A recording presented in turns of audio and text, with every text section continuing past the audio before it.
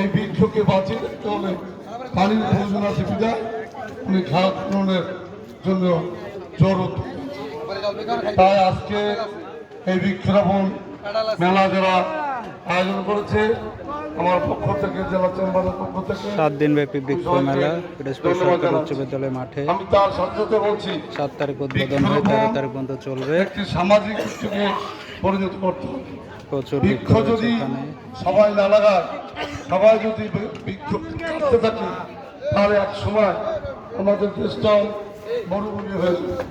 যেমন আমি কয়েকটি দেশে গেছি, বৃক্ষ কিন্তু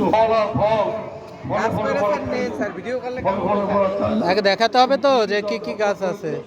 আমি বৃক্ষ বাগানে গিয়েছি।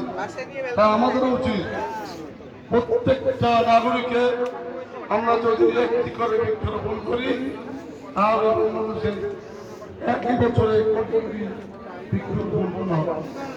কথায় আছে 10-এর লাঠি 1-এর বোঝা।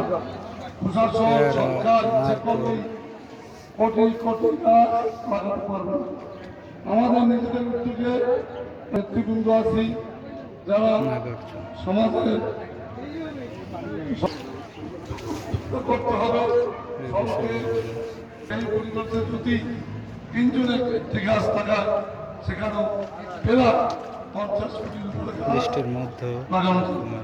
তাই আমরা সকলে শুধু সরকারের দিক থেকে দেবো এই বলে আমি আমার বক্তব্য শেষ করছি।